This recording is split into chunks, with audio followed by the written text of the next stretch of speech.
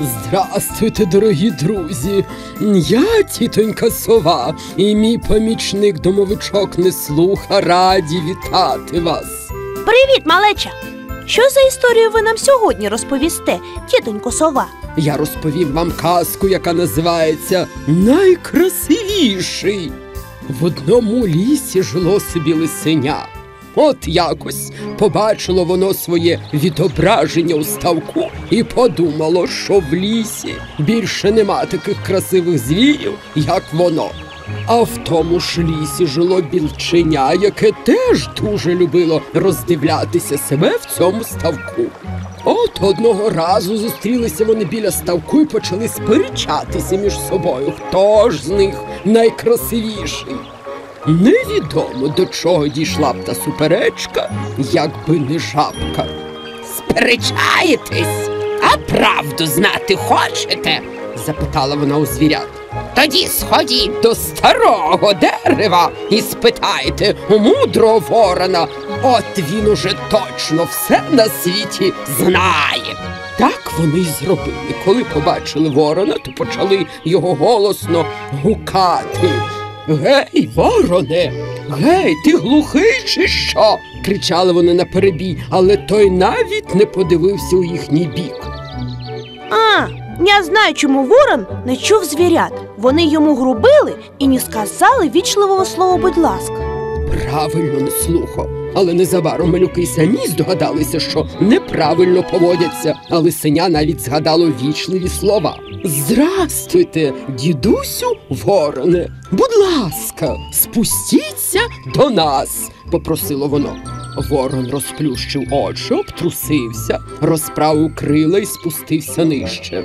«Здрастуйте, друзі! З чим прийшли?» Білченя набралося сміливості і раптом дуже голосно запитало. «Скажіть, а хто з нас найкрасивіший?» Замислився ворон, подивився на білченя, потім на лисеня і сказав: «Головне не те, що зовні, а те, що всередині. Внутрішня краса куди важливіша, ніж зовнішня. У вас я не знаходжу такої краси. Я так і знав, що ніякої мудрості нема у старого птаха, він на обід і то не годиться», – пирхнула лисеня. «Гей, ти стара курка!» І білченя кинуло ворона шишкою. «Що ж, от ви й показали свою красу», – зауважив мудрий птах і злетів вище, а малюки пішли додому. Вдома кожен запитав свою маму: «Що таке внутрішня краса?» І одна, і друга мама відправили своїх дітей до ставка з настановою: «Подивись на своє відображення в ставку і все зрозумієш». Знову білченя і лисеня зустрілися біля ставка.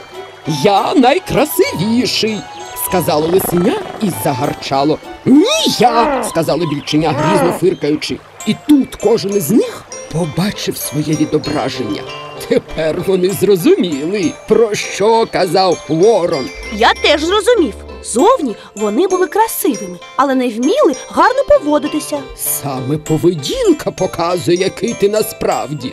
Відтоді малюки перестали милуватися собою біля ставка і дуже старалися стати ввічливими і чемними.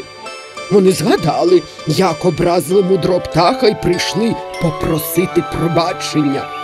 «Я приймаю ваші вибачення», – сказав ворон. «Цього разу я бачу двох найкрасивіших мешканців лісу. Це ви!» Лисеня та білченя ввічливо вклонилися і попрощалися з вороном. Тепер вони знали, хто найкрасивіший. А ви, друзі, знаєте? На жаль, настав час прощатися. До нових зустрічей, хлопчики та дівчатка!